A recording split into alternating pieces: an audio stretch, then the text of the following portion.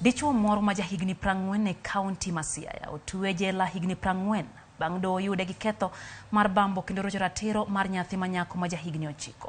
Jagono manyinge Moriso Bondo ma ong'ere gi nying mar Japolo oyude gi ketho mar bambo nyathino tarik 20 dwe mar 2 higa mokalo. Neno ma opedhi e doho ma Siaya e nyim jang'ad bura Benjamin Limo, jagono yangore ni nowuondo nyathino modonjo go e bungu moro mantiere machiegni gi chiro Masireme mantiere gi Miala. Neno leo ni nyathino nyochaore kochomo e chire seche mane jagono wuonde kendo oting'e apiko ne okowe. Kata kamano ne orem lore e chirono kendo kalo kode nyaka e bungu no.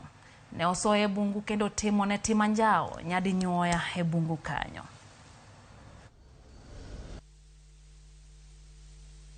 The minor who was the complainant in this matter was aged 9 years at the time of the offense. The offense happened in the broad daylight. So, Maurice, you are convicted of defilement as charged on the main charge. Sawa, umeelewa? Yes.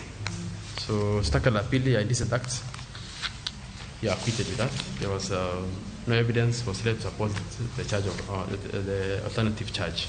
So you're convicted of the main charge of defilement.